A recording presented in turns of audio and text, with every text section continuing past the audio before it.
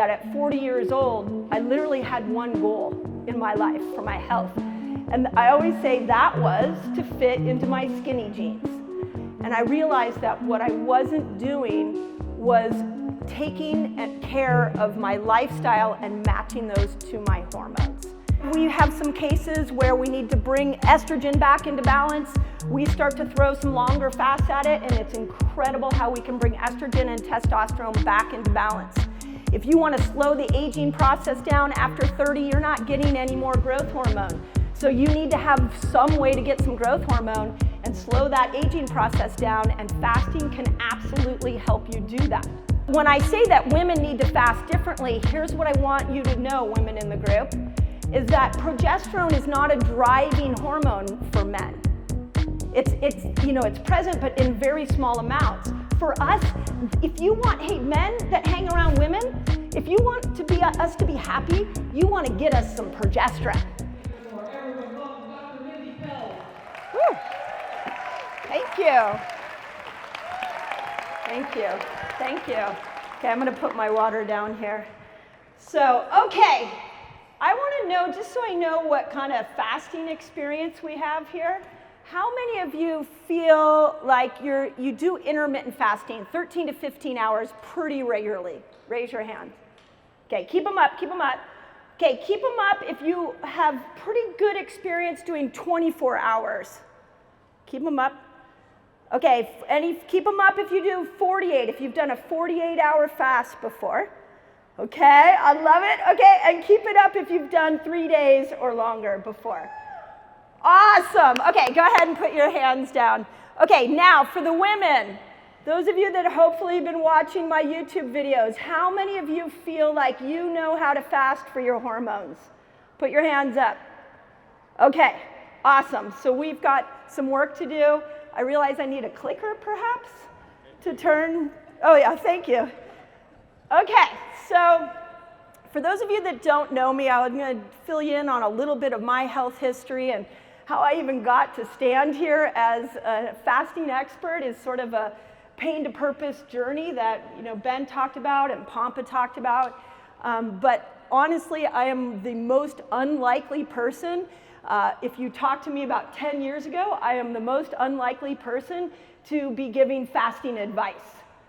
I was that person the minute I woke up in the morning. I had breakfast. I either had a smoothie or I had a piece of toast with some almond butter. I did that for about 30 years. That was my go-to.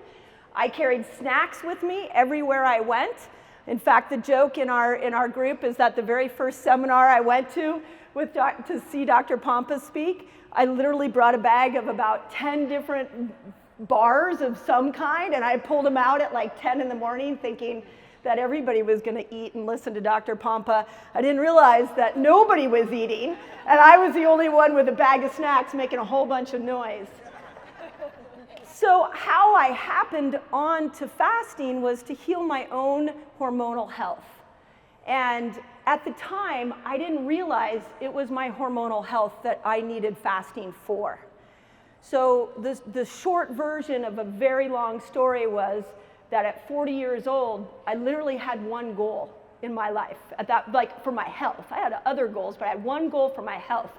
And I always say that was to fit into my skinny jeans. I had a number on the scale that I wanted to see, and I had a pair of jeans. They were actually, do you remember those Hudson jeans with the button pocket? Okay, so I had a little muscle booty back then, and I had maybe a little extra fat on it. And when I put those jeans on, it didn't look like a muscle butt. It just looked like a big butt.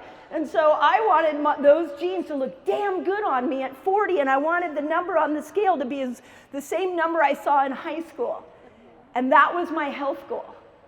And I accomplished it. And I accomplished it by working my ass off at the gym. Am I allowed to swear up here? I hope that's okay. And manipulating my food and counting calories. So I get to 40, I'm in the best shape I thought of my life. And by 42, 43, I am waking up at night totally drenched. I am depressed, I am anxious, I can't sleep. The joke in the family was that I would come downstairs, you know, I always go to bed first, and I would come down at 11 o'clock, and I'd be like, who's chewing so loud? One of you guys wrinkled some paper, I heard it upstairs. Anything would wake me up. And I was a hot mess, and I was doing everything right. I was eating right, I thought. I was exercising right, I thought. I was taking supplements, I was getting chiropractic, I was getting acupuncture. I thought I was doing everything right. And I realized that what I wasn't doing was taking care of my lifestyle and matching those to my hormones. And after about a couple of years, I mean, it really was like at 42, I just started spiraling, that I actually decided I was going to go seek help. And, you know, I don't know, we have a lot of health practitioners in the room. Hopefully you're probably a little bit like, well, I can solve my own problems.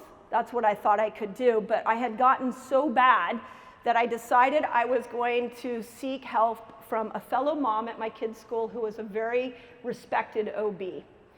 And asking for help as a doctor is really difficult to do, so I decided to do it at a science event, at a science fair, where we're looking at these two science projects, and she's standing, her name was Heidi, she's standing next to me, and we're looking at these science projects, and I turn to her, and I say, Heidi, I apologize for talking shop with you today, but I'm really struggling with my hormones, and I need some help. Do you think I should come see you?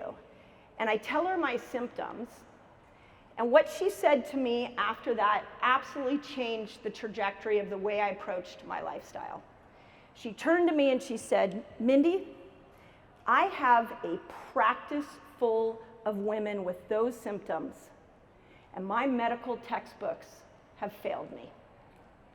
What are you doing to help women with those symptoms?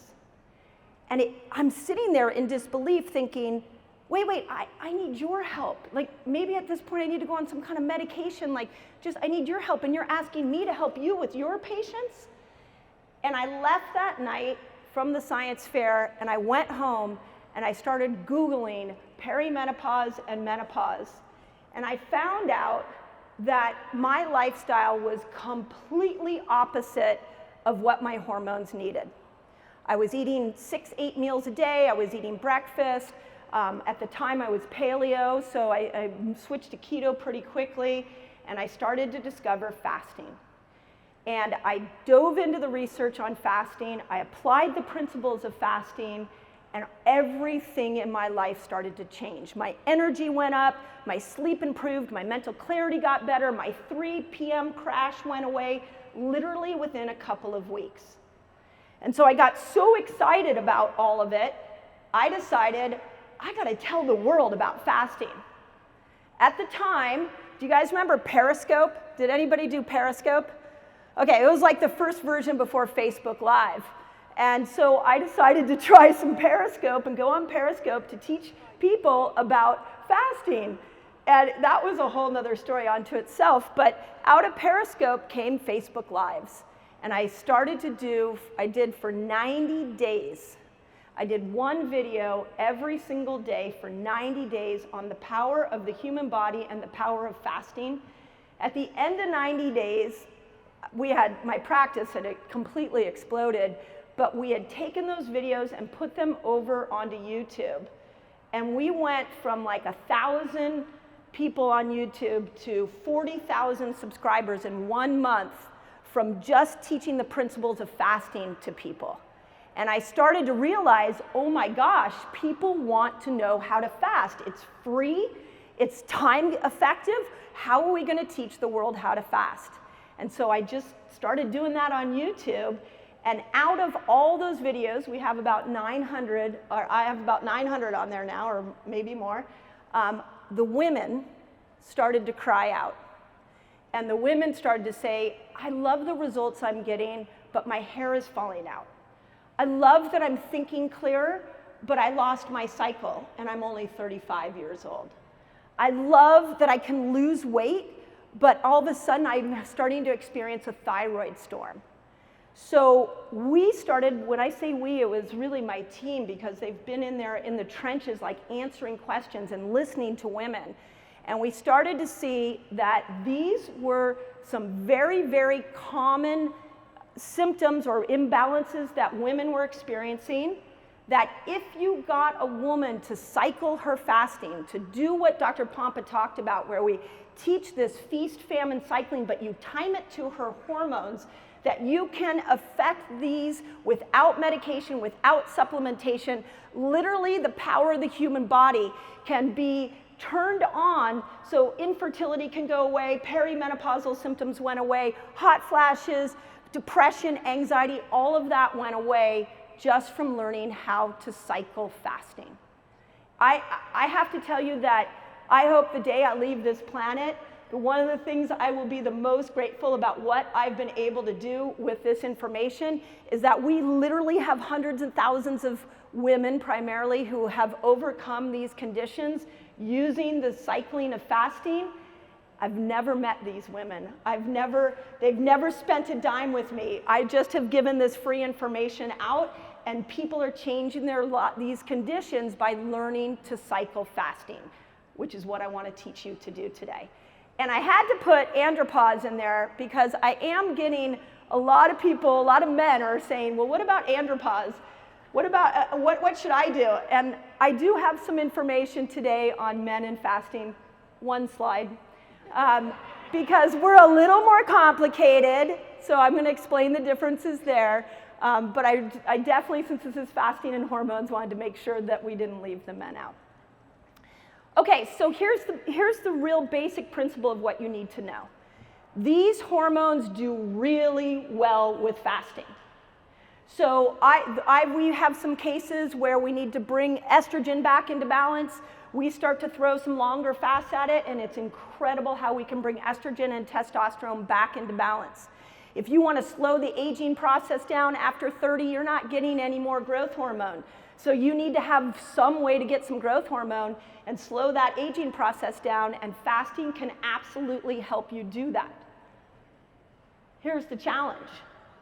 These two hormones don't do well with fasting.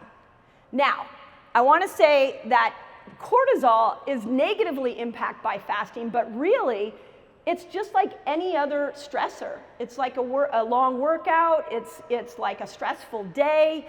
All of those activities raise cortisol. And what you'll see here in a moment is the minute you raise cortisol, you start to affect insulin in a negative way, and you affect your sex hormones, specifically progesterone, in a negative way. So when I say that women need to fast differently, here's what I want you to know, women in the group, is that progesterone is not a driving hormone for men. It's present, but in very small amounts. For us, if you want, hey, men that hang around women, if you want us to be happy, you want to get us some progesterone. Like seriously, like Dr. Anna had some cream yesterday. I was like, where can I rub this? Like, I just need to put this, tell me how to like bathe in this progesterone, because as a 52-year-old woman, man, I'd love to go back and tell my 32-year-old self, cherish your progesterone, please. But progesterone makes us livable. So we don't want to fast when we go into these longer fasts. When we go into keto, we tank progesterone. And I'm going to show you exactly why this is important. So men, here's your slide. Here's what you need to know. Your testosterone is what drives you. I did an amazing podcast interview with John Gray. I'm actually bringing him back onto my podcast in a couple weeks. I loved talking with this man about hormones. If you don't know John Gray, he's Men Are From Mars, Women Are From Venus, and his new book is really, really good. And so he is a 70-some-year-old man, and he gets on the podcast interview with me, and he's like, oh my God, I fast to keep my testosterone up, which we talked about for a very long time. And at one point, I'm like, this is really interesting. I'm having a testosterone / sex / libido conversation with a 74-year-old man. But it was really interesting. And he fasts because it spikes testosterone. Now, I want to tell you, men, that when you go into a 13 to 15-hour intermittent fast, you increase your testosterone by 1,300%. That's what the research says. If you go 24 hours, you increase it by 2,000%. And men's testosterone comes in every 15 minutes. Okay, men, when I get to the women, I want you to understand women and a woman's testosterone and why we can be a mismatch of testosterone. So yours comes in every 15 minutes, ours comes in strong in a short 4 to 5 day period every month. Men, if you want to increase growth hormone, awesome, you can do it with fasting. You can lose weight like this. How many people have gone, I've watched couples go on fasting regimes together, and man, even my parents, like my 80-year-old parents fast, and my dad will walk in and he'll be like, oh my God, my belly's down, I've gone down 2 belt loops, and he's like, and I did just what you said for like a week, and like, boom, it's gone. And my mom is like, I know I did what he did, and I'm not, nothing, I don't think it's working, Mindy, I don't know what's going on. Okay, that is what so many couples do. So this is why I want to separate it out. Now, Dr. Pompa showed weekly cycling for fasting is fabulous for men. It's also fabulous for postmenopausal women. I'm going to give you guys some really specific protocols that you can follow. So, but I want you to understand that you're good with weekly, a 5-1-1, 5 days of intermittent fasting, 1 day of a longer fast and 1 day of not fasting. That works great for a man, might even work great for a postmenopausal woman. But a cycling woman and a perimenopausal woman, we have to move to a monthly version of this, not a weekly one. So for women, we can use fasting as an incredible tool to balance estrogen, to balance testosterone. We can get growth hormone too to slow down the aging process. It's not a tool for progesterone. I'm going to show you that in a moment. It's great for insulin sensitivity. So if you're struggling to lose weight, I'm going to show you how to cycle this. And we have to match it to either a monthly cycle, or I'll show you how you can read like a Dutch test and look at your hormones and map it to what you might find on something like a Dutch test. Now women, so we've now veered off of men. I gave you your slide. Yeah. So now I'm speaking to the women, but here's what I'll tell you is if you have a woman in your life, you want to hear everything I'm about to say. My 19-year-old son, after I talked to John Gray, I sat him down and I said, hey, I want to tell you about a woman's hormones, and I can show you how you can be like the greatest hero in your girlfriend's life if you understand these things. So pay attention, men. Okay. There's 3 concepts we have to think about. One is the hormonal hierarchy. I give Dr. Anna Kabeka, she taught me this. She taught me the power of oxytocin. Really, really important. I'll show you that in a moment. Women, we have to think about a monthly hormonal cycle, and we have to think about a lifetime hormonal cycle. And I'll show you what I mean by that. So this is what I refer to as the hormonal hierarchy, and this is what's so interesting about perimenopause and menopause and just women's hormones in general, is that when we start getting anxious, when we start getting depressed, when we start these menopause, perimenopausal symptoms show up, we go to the bottom of the hierarchy to solve that first. So we want to throw a supplement, medication, we want to change our estrogen, progesterone, testosterone levels, but we cannot do that without addressing insulin. And when I have been observing all these women fasting, we get these extreme fasters that are like, I want to do it exactly right. I want my numbers to be exactly right. Tell me what macros to have. And they become so rigid with their fasting that they spike their cortisol. And then when their cortisol goes up, they can't balance insulin. How many people have tried to lose weight when their stress is really high? It doesn't work because your body says, wait a second, we're running from a tiger right now. We don't need to lose weight. We need to stay alive. Ben said this, that the innate intelligence has one priority, and that's to keep you alive. So if you're struggling with your fasting, and this really goes for both men and women, and your stress is super high, you're going to want to do more of what Dr. Pompa talked about, this hormetic stress, where you come in with a fast, and then you do some feast. And then you come in with a fast and you do some feast, because too much fasting keeps cortisol high and over time can make you actually more insulin resistant. But in short bursts, it makes you insulin sensitive, and that's for both men and women. And then with cortisol, you can really bring cortisol down with oxytocin, which is why I just want to say thank you to those of you who've given me multiple hugs over the last couple of days. My love language is touch, and so all these hugs have definitely given me a boost of oxytocin. Again, Dr. Anna and I talked about, I was like, why do you look so beautiful? And she goes, oh, I have this grandbaby, and all that oxytocin, I'm holding this grandbaby.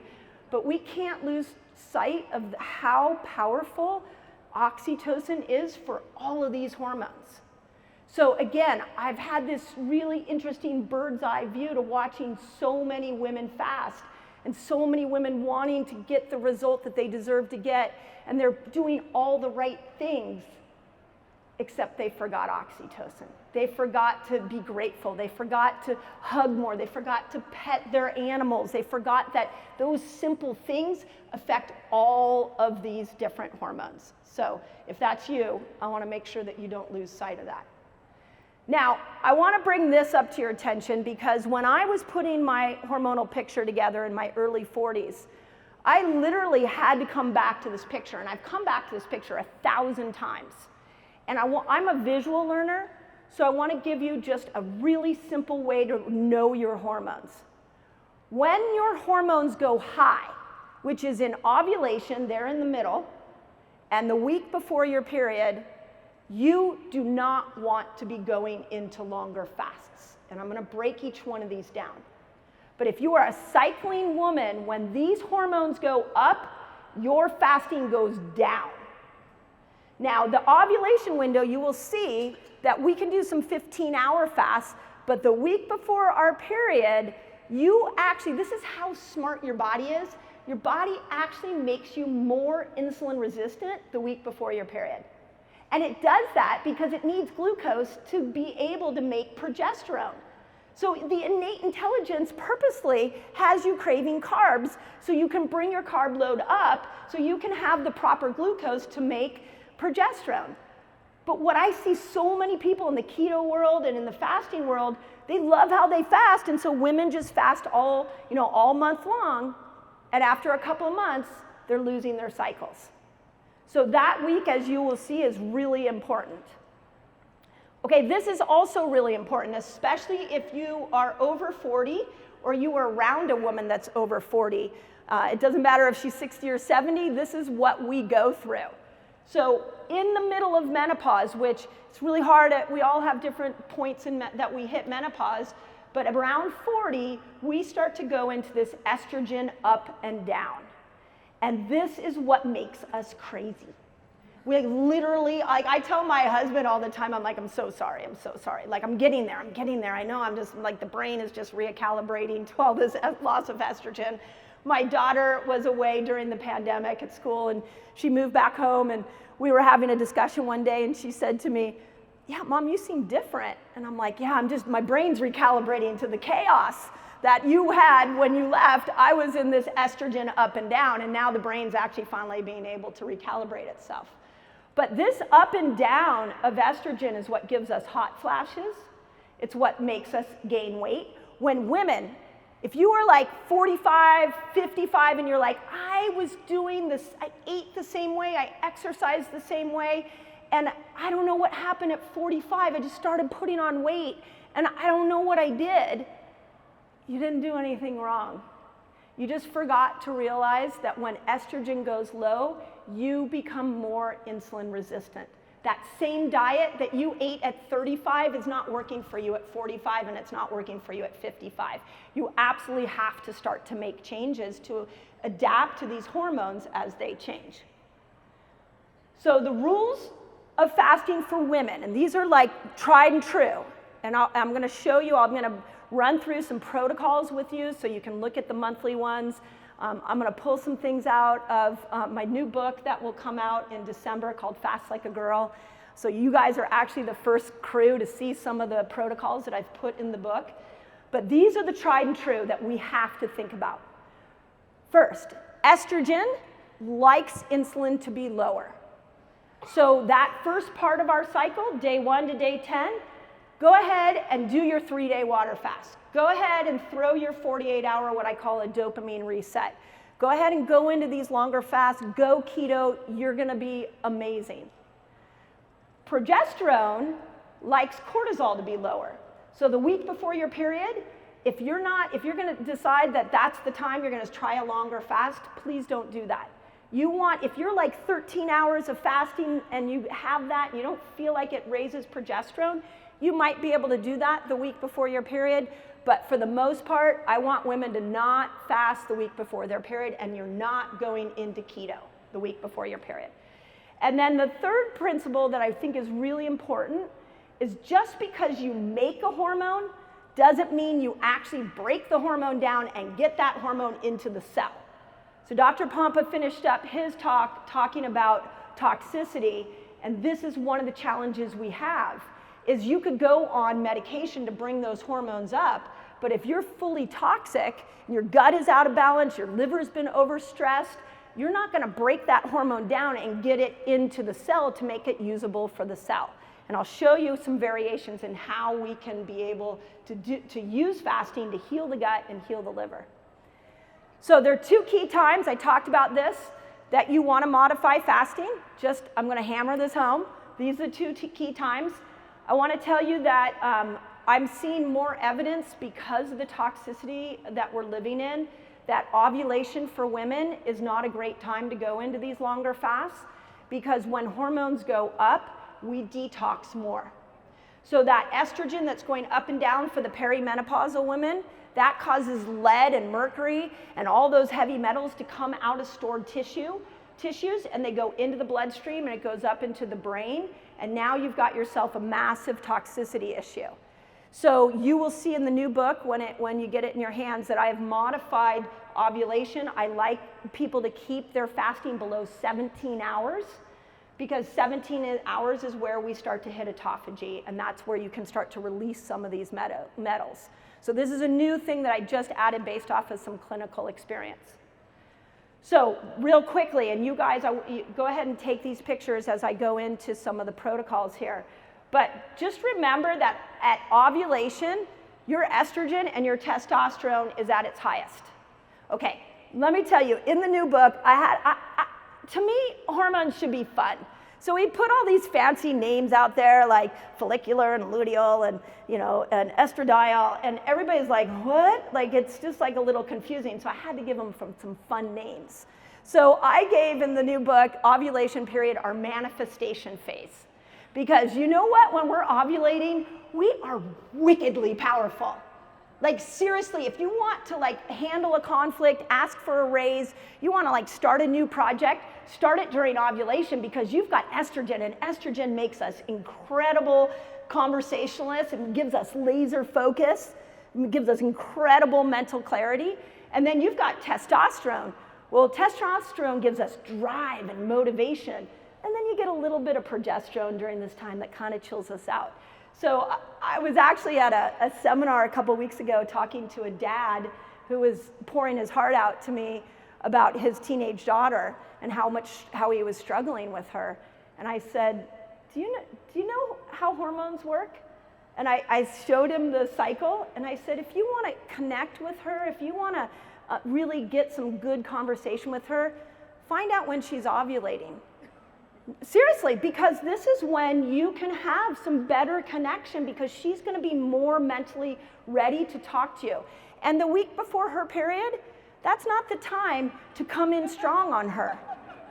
Seriously, when I thought about this, I was like, why didn't I even know this for my own daughter, who's 22 now? But this is, where we're at hormonally. Men, if you want to get with your wife, your best bet is ovulation. Now, if you're not trying to have a baby, that's up to you, but I want to tell you that that's when her libido is going to be the highest. Just saying, giving you a little secret. Whereas, day 20, as she's moving more into that week before, she wants to withdraw. She wants to be less social. She's going to kind of sit on the couch more. She may not want to be touched. So your touching opportunity is ovulation. And then I also want to point out that where we start to see real benefits to breaking these hormones down is when we really lean into repairing our gut, and it's in the ovulation window that estrogen and testosterone has to be broken down. So that's when you want to up your greens. This is one reason I do want you out of ketosis as well during the ovulation, because you want to lean into more vegetables. You want to lean into things that will really support the gut more. Huge fan of hydrogen water lately. We've been using this in our community with great success. The week before our period, again, we are going to minimize cortisol. This means you say women, the overachieving, rushing woman, this is when you say no. When you're like, God, you know, my friend wants me to go out on Friday night, and then I have that social thing on Saturday, and then the kids have like sporting events all day Sunday. I don't know if I can do all of that. If it's the week before your period, the answer is no. Because the more we rush, the more we are stressed during that week, the more our hormones suffer. This is also the time we want to bring glucose up, so don't be doing keto. And again, we want to nurture ourselves. I called this the nurture phase in the new book. Here's the new book, and you can pre-order it, by the way, on Amazon. It's called Fast Like a Girl. I go through 6 different length fasts. I show you 2 different eating styles. I have something called the fasting cycle. I'm going to show you here in a moment. I have a 30-day fasting reset for my where are my postmenopausal women? I've heard you. I get comments all the time like, you always talk about cycling and fasting. What about me? I'm 65. What do I do? I now have a reset for you. That'll be and I'll show it to you today, a 30 days of fasting that will mind all your hormones, and you don't have to, the beautiful thing is you don't have to time it to a cycle. So I've got recipes. I've got a whole chapter on how to break a fast. So really, really excited about this book coming out. Okay, women with regular cycles. Here's where we go into protocols. You guys are going to want to take pictures as I walk through these protocols. Here's the way what I did is, after so many years of studying with Dr. Pompa, you know, one of the things, some of you may have heard this story, was that when I did find fasting, I loved it so much, I just did it all the time. And then I ran a Dutch test on myself around 45. And my hormones were worse than a postmenopausal woman. And I still had a cycle, but I sat there and I looked at that at 45, and I was like, oh my God, what did I do? And so I took my Dutch test to Dr. Pompa, and he looks at it and he goes, girl, you gotta eat. What are you doing? You gotta eat. And so I really started to look at, when did I have to eat? What part of my cycle did I need to eat? At 45, I was starting to get, I felt like I was going into perimenopause. I was getting a lot more spotting, and I just thought it was a natural part of going into perimenopause. As I started to do what I'm going to show you right now, using this tool called the fasting cycle, my cycle came back at 52. I still have a cycle. I think I'm maybe heading into menopause, but every time I follow this, it cleans everything up. And then my period comes back, and you know, the normal age for a woman, a healthy age for a woman to go through menopause is somewhere between 52 and 55, based off what science is showing us. So the later we can go through it, the healthier it is for long-term diseases. So you can take a picture of this. We don't have it on social media. We're only teaching the fasting cycle in my Reset Academy for those of you that are in that, or people who want to join it. It will be in the new book, but it won't come out on social until the book comes out. Okay, so here's what I did, and this is where we start to go into protocols. Women, if you have a normal cycle and you're just learning these principles, this is what I call a 30-day fasting reset for the beginner or the intermediate. Now, in the book, so I've got to fast forward it a little bit for you here, I have 3 different phases. The power phases are when those hormones are low and you can fast longer and you can go keto. The manifestation phase is your ovulation phase, where women, we can rule the world. And we want to keep our fast kind of moderate, and we want to bring our glucose up. And then the nurture phase is that phase before our cycle where we need to nurture ourselves. We need to take amazing care of ourselves. And I want to point out that it's us taking amazing care of ourselves. If you're a woman, and I used to be this woman that was like, yeah, I need to be nurtured. My husband needs to nurture me, my kids need to nurture me, my friends need to nurture me. Why is nobody nurturing me? And then I realized because I wasn't nurturing myself. So I named this the nurture phase that week before our cycle because we need to nurture ourselves first. And then the other part that I really want to bring to your attention is how important women, we nurture each other. We come together and collaborate together. So this would be, you can see what I did is day 1 through day 4, you go into intermittent fasting. You do 13 hours. I have a diet that I call ketobiotic, where it's keto and you're putting in a lot of sauerkraut and things that will support the healthy microbiome. It's in the book. But you would do 4 days of 13 hours. Then one day you would step out and you would go 15 hours. And then day 6 through 10, you can go 17 hours. So you see how I started to step up the fasting. But then when we go back into your ovulation window, the manifestation phase, we go down to 13. Then we come out of manifestation, we have this little dip in our hormones, and now we go to 15, we can go back up to 15, and then we don't fast the week before. That is hormetic stress in the beginning for somebody as they're learning to do this. Now, if you are really advanced and you're like, that's not really that, it's like what Pampa said, how do we know how long you should be in a cold plunge? Then you are gonna wanna do this one, where you can see, I have you go up one day up into a little bit longer fast. So day 6, you would go up, and then you would come down into 17, and you can read the rest here. But what I am hoping that women will do is that you'll learn, we kind of build up our fast in the ovulation, and then we bring down our fast, in the follicular phase, we build up in the power phases, and then when ovulation and manifestation phase happens, we bring it down, then we come out of ovulation, we build up our fast, and then we bring it down. So I've created that hormetic stress where you're going up, down, up, down. Now with your food, the power phases are great for doing keto food. But when those hormones go high, during that day 10 to day 15 in the week before your period, stop being in keto. Get some more nourishing, what we call hormone feasting foods. And it's in the book. I wanted to stick with fasting for the sake of this lecture. Now, what if you're a postmenopausal woman? What if you're a woman who is on like an IUD and you don't really have a clear cycle? What if you have PCOS and you don't have a cycle and you don't really know where your hormones are at? If you suspect you have normal progesterone levels, you would do a 5-1-1 like Dr. Pampa talked about. And I really like that for women, you stick at about, this would be like a beginner, for 5 days, you do 13 to 15 hours of intermittent fasting.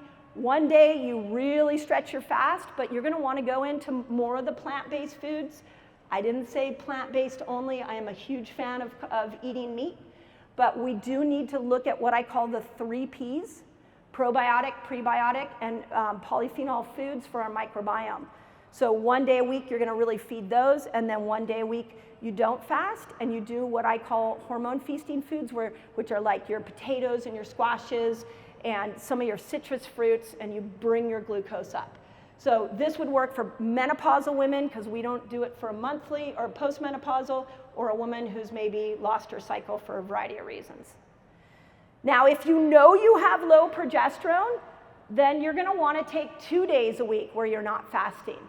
So this could be the the 65-year-old woman who is still struggling with anxiety, still struggling with sleep. She's gonna need to take 2 days a week where she's not in keto. She's really minding those progesterone levels. I'm a huge fan of the Dutch test, so I really think every woman, we could end cancer, we could end so much suffering if every woman got a Dutch test. So if you haven't had one, get one, and then this will make a whole lot more sense to you. Last couple of things. How do we know women when we're fasting too much? This is really, really important, because one of my pet peeves as I've been out in the world educating women on fasting is that we've been told no keto, no fasting. We get the absolutes. And as we play with these principles, it becomes a little bit like a dance. You start, like for me, I love the 17-hour fast. I do a lot of 17-hour fasting. But then I have to remind myself that there's days I gotta eat breakfast. And then there's days that I just got through doing 2 3-day water fasts. I did one in April with my group, and then I just did one with another group. I hadn't done a 3-day water fast in a really long time. So there's this in and out sort of dance that needs to happen. But if these symptoms show up, if you have been fasting and you got great results, and then all of a sudden those results stopped, you got to do what Pampa said. He said it. You got to come out, and you got to eat, and then you got to go back in. And when you go back in, you'll drop more weight. If you're getting a thyroid problem, it's not that fasting was the problem. It was that you didn't vary the fasts. That was the problem. If you're getting heart palpitations, you're losing hair, these are all signs you're not varying your fasts enough. And again, I want you to vary them with your hormones. Last couple of thoughts that I'm going to leave you with here. I hope you know that women, we need to fast differently. Somebody asked me the other day, they're like, what do you do? And I'm like, I don't even know how to explain that anymore. I'm like, I teach women how to fast differently. And they're like, oh, I get that. Tell me more about that. And I think it's a message that needs to get out into the world. I want to tell you women, you need to do everything differently. You are a unique person with a unique hormonal profile. Know your hormones, build a lifestyle around it, and don't do it like any other man on the planet, and don't do it like any other woman on the planet. You are absolutely unique. So if your friend goes on a diet and gets great results and you go on that diet and you don't get those results, it is not your problem. That is not an opportunity to fill your brain with guilt and shame. That is an opportunity to say, I got to figure me out. This is so huge. Okay, second thing, a woman has to vary your fast so she doesn't get stuck, and hopefully you all know now that you can vary it based off a monthly or based off a weekly, depending on your hormones. Last 2 things. Here's my book. You can pre-order it. I've written 4 books now. The first 3, when they came out, I was nauseated. I hated them. I was like, okay, world, here you go. It's just sort of what authors go through. I just got this back from Hay House a week ago. I was looking through it, and I'm like, damn, this is good. I never say that. So it is my gift to every woman. I hope this answers every fasting question we've ever had. I hope you guys find it in here so you can pre-order it. The menopause reset, I guess we're doing a giveaway, doing book signings. You can come get it there. This was the gift I gave women over 40 to learn how to reset her hormones after 40. And if you want to know more of what I'm up to, YouTube is what I call my passion project. I do 2 new videos a week. Right now, we're going really into hormones and fasting because of the book coming out. Instagram, I find a lot of you on Instagram. You can fast a free fasting group with my Facebook group. And if you want to come really dial this in, I have a membership group where we're teaching women how to customize it and making it unique to her. So last thing, I'm out of time, but I got to finish on this thought. Women, I can't emphasize enough, please stop comparing yourself to other women. Stop being competition to ourselves. I want to tell you one final thought here, is that after the 1918 pandemic, out of that came a very clear woman, and it was the flapper. And she was unruly and unladylike. She shortened her dress, she shortened her hair, she smoked, she drank, she changed the paradigm for women. Out of this pandemic comes the empowered woman. The woman who walks into her doctor's office and says, don't give me the same medication you gave every other man and every other woman. Stops comparing herself to her friend who lost weight on a certain diet and takes in ownership back and responsibility back that this body is a flippin' miracle. And once you dial your lifestyle in, you will just discover what an incredible body you have been given. So please don't give up on yourself.